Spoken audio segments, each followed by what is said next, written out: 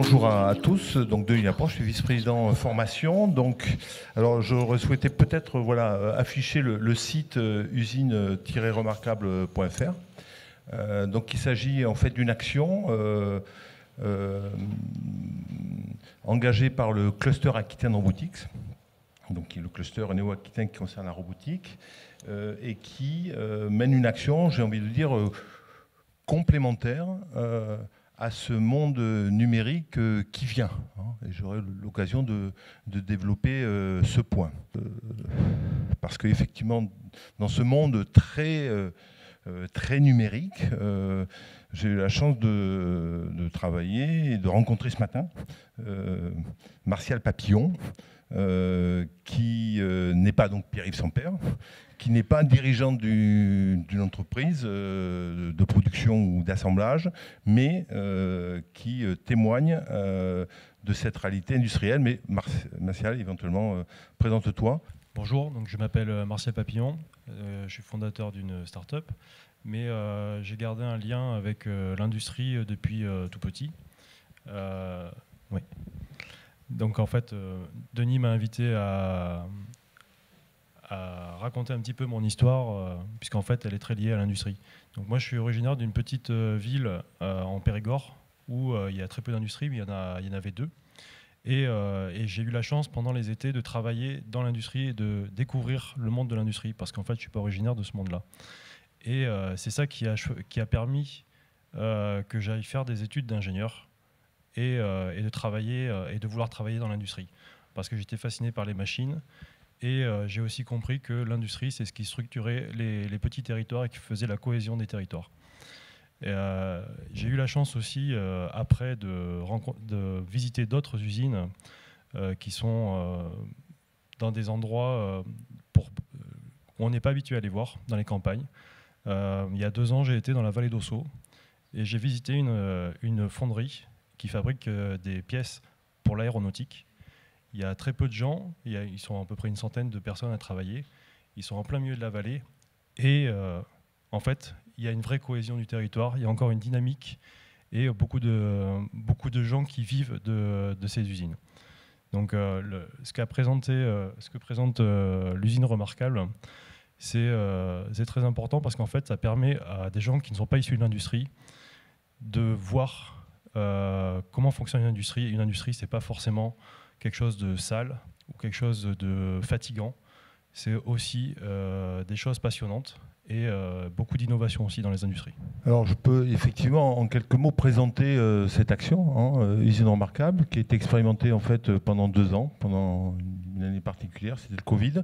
Donc comme vous le voyez à l'image, vous voyez un enseignant, monsieur de dos en blouse blanche, qui enseigne à ses étudiants. Ici il s'agit d'étudiants d'IUT de Bordeaux. Et quand vous regardez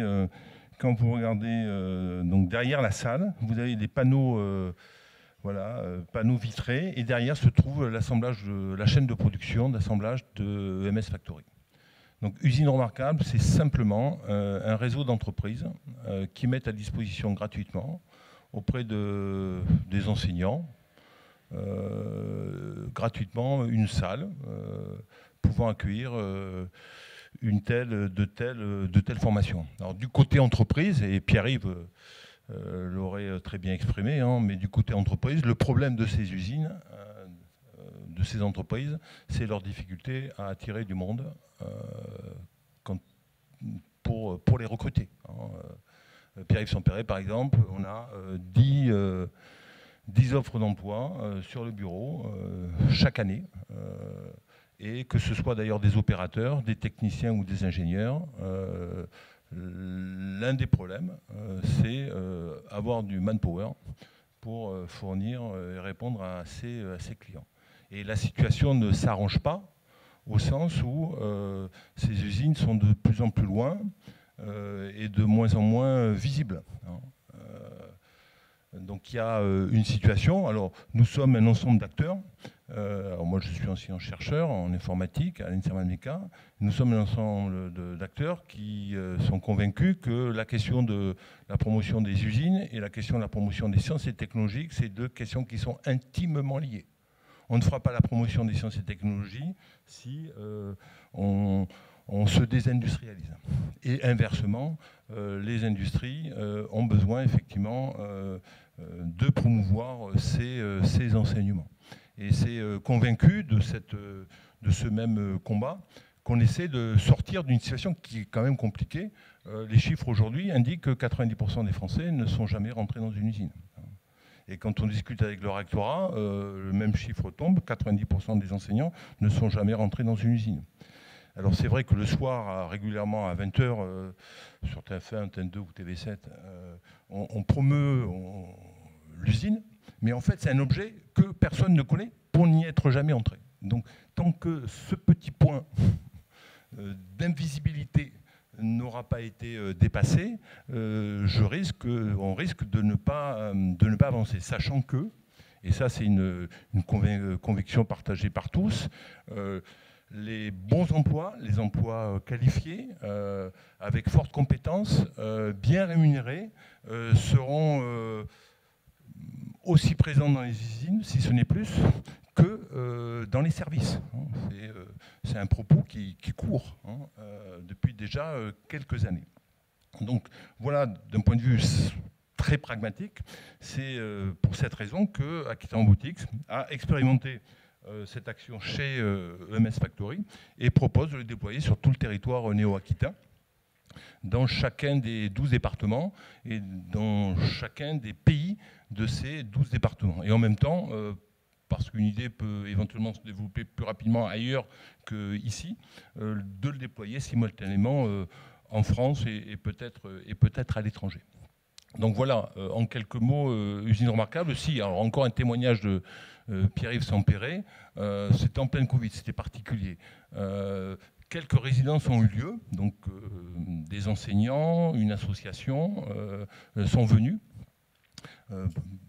ou une demi-journée ou une journée entière, réaliser une résidence donc de formation dans l'usine donc à Martillac, qui est à une trentaine de kilomètres d'ici. Et en fait, pour la première fois de sa vie, ce dirigeant d'entreprise a fait carton plein sur toutes les offres d'emploi qu'il proposait. Et dans des schémas un peu nouveaux, Pierre-Yves Sampéré souvent avait l'habitude de me demander, on est assez proches, on est impliqué dans le cluster Aquitaine Robotics, habituellement il avait l'habitude de me solliciter pour que moi, enseignant, du haut de mon autorité d'enseignant, je fournisse des offres d'emploi aux étudiants. Et en fait, pour rien vous cacher, ça marche ou ça ne marche pas. Donc ces visions un peu anciennes, hiérarchiques, où nous enseignants, par exemple, on aurait une forte autorité sur les élèves ingénieurs et les étudiants concernant leur avenir professionnel. C'est pas le cas. Je vous le dis tout nettement, on a un peu d'autorité, mais qui est quelque part, étant mieux peut-être, limitée. Par contre, ce qui s'est passé à l'occasion de ces résidences, c'est qu'il y a un échange direct entre un dirigeant d'entreprise que vous connaissez, qui a une certaine empathie, qui a discuté avec ses apprenants, je pense à des étudiants notamment de l'IUT, et il s'est trouvé que ces étudiants, emballés par l'usine, je pense à ce que dit Martial, donc impressionnés par le site dans lequel ils avaient travaillé, se sont autodéclarés agents recruteurs et sont allés convaincre d'autres de leurs collègues pour amener des CV, même pour tirer par la manche des enseignants. Je pense notamment à un enseignant d'électronique de l'Université de Bordeaux, l'étudiant dit « mais vous ne connaissez pas EMS Factory, vous êtes professeur d'électronique, je vais vous y amener ». Et de bonne foi, cet enseignant a été introduit et a été visiteur et a découvert EMS Factory. Donc voilà, des logiques un peu que l'on dit horizontales, communautaires, où l'on considère éventuellement nos jeunes apprenants, nos jeunes étudiants, comme des personnes curieuses à qui, si l'on leur donne la possibilité de comprendre ce monde réel, avec éventuellement des points, des réalités remarquables, peuvent être actifs dès aujourd'hui. Voilà quelques mots sur usine remarquable. Alors, je ne sais pas s'il y a des dirigeants d'entreprise aujourd'hui, des dirigeants d'usine dans la salle. Voilà, voilà, on est très numérique. Bon, on est très, voilà, aujourd'hui c'est très, très numérique. Mais l'action, alors on a un fort soutien bien sûr du conseil régional, un fort soutien du rectorat qui me dit OK, on utilise cet espace, on utilise cet outil-là. Et à partir de septembre dernier, l'objectif c'est effectivement avoir des usines remarquables dans tous les pays, de tous les départements de Nouvelle-Aquitaine. Donc, on a un site usine remarquable qui permet à un enseignant, directement, comme sur booking.com ou le site de réservation hôtelière qui a votre préférence, en quelques clics, de réserver une salle parmi toutes les usines remarquables. Donc voilà, c'est une mise en relation directe entre des enseignants et des dirigeants d'entreprise, dirigeants d'usines. C'est un site ouvert qui sera utilisé, voilà, qui met en relation, qui permet cette connexion. Ensuite, les gens, l'un est dirigeant d'entreprise, l'autre est professeur. C'est des hommes adultes qui savent, qui agissent dans le cadre de leur job, hein, et qui savent pourquoi, voilà, qui ont chacune une motivation.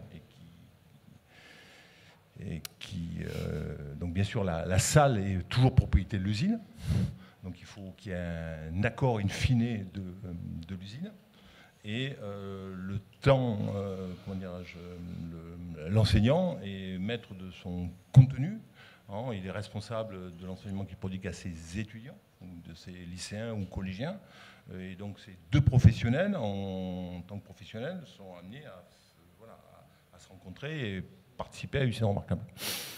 Alors, je ne sais pas si je suis très clair, mais voilà, les gens, ils sont adultes, ils sont professionnels, un grand nombre est curieux et engagé. Et donc voilà le site usine-remarquable.fr. Alors, c'est en fait plus simple que pour Booking, puisque on ne passe pas par la carte bleue, il n'y a rien à payer. Et même pour certains enseignants, il est peut-être plus facile de réserver une salle dans une usine remarquable que de réserver un projo dans son établissement, voire une salle en face de son propre bureau. Hein. Ça pourrait arriver. Hein, voilà. Du coup, j'ai une question qui peut un peu partir sur les deux intervenants, parce que monsieur, vous avez connu du coup le monde de l'usine, et du coup, j'avais une question vis-à-vis de l'attractivité en fait du milieu. C'est-à-dire que est-ce que c'est suffisant qu'on ait un pied-à-terre dans l'usine pour qu'elle soit attractive, ou est-ce qu'il faut développer l'attractivité localement? Je pense que quand on ne connaît pas l'usine ou l'industrie de manière générale, on n'a pas forcément envie d'y aller. Moi, ce qui m'a passionné dans l'entreprise dans laquelle j'étais quand je faisais du travail saisonnier, c'est la technicité des gens, le savoir-faire qu'il pouvait y avoir dans l'industrie et aussi la capacité d'innover. C'est ce qui m'a motivé à avoir une carrière professionnelle dans l'industrie. Si je n'avais pas été dans cette usine-là, je n'aurais pas eu la carrière que j'ai faite. Ça, j'en suis convaincu. J'avais déjà le choix de travailler dans l'informatique, mais je serais plutôt allé sur peut-être de l'informatique de gestion ou des choses comme ça, mais pas sur des activités dédiées à l'industrie. Une autre question peut-être? Alors moi j'en avais une. Peut-être aussi que cette fermeture de ce monde, elle est due aux usines en elles-mêmes qui veulent protéger leurs données, leurs techniques de fabrication, et qu'évidemment il n'y a pas de portes ouvertes de beaucoup d'usines. Je pense à Bordeaux, dans l'agglomération bordelaise, c'est difficile d'aller visiter ces sites qui sont très protégés. Comment vous répondez à cette problématique? Pour certaines usines qui sont fermées, ça ne va pas le faire. Ça va pas le faire. Et je respecte le choix. Ça, c'est le choix libre de dirigeants qui disent non, là, il y a un risque d'ouvrir l'usine et oui, ce format n'est pas adapté. Mais là, l'idée, c'est pas avoir toutes les usines ouvertes. C'est avoir quelques usines, donc une centaine d'usines, on va dire, sur tout le territoire néo-aquitain. D'accord. Voilà. Celles qui sont remarquables, simplement. Voilà. Et les autres seront toujours aussi remarquables, mais elles seront fermées et donc on n'y rentrera pas. Et petite anecdote, régulièrement, donc voilà, nous j'accueille de temps en temps des étudiants chinois. Je n'ai jamais réussi à convaincre un étudiant chinois que le plus beau des avions militaires était fabriqué en Nouvelle-Aquitaine. Je n'ai jamais réussi à convaincre un étudiant chinois. Pourtant, ils sont curieux, hein. Mais il m'a toujours pris pour un fou quand j'ai dit si, on a Dassault à Bordeaux. Et il se passe des choses quand même dans cette Nouvelle-Aquitaine. Je suis étonné. Alors, il nous arrive parfois de parcourir le monde, notamment Toyota. Je vois des pays extrêmement fiers de leurs usines. Hein, et cette fierté, c'est aussi une pratique. C'est des enfants qui amènent leurs parents, il y a une mobilisation, voilà, un engagement qui exprime cette fierté et l'importance en fait de l'usine dans un pays. Là, je cite le Japon, c'est peut-être le pays le plus avancé sur ce point-là. En Nouvelle-Aquitaine, voilà, personne ne sait qu'on fabrique des avions ici militaires. Je pense bien sûr au Rafale. Donc il y a des choses qu'il va falloir quand même, voilà, publier, faire savoir. Ces usines, il faut les visiter. Oui.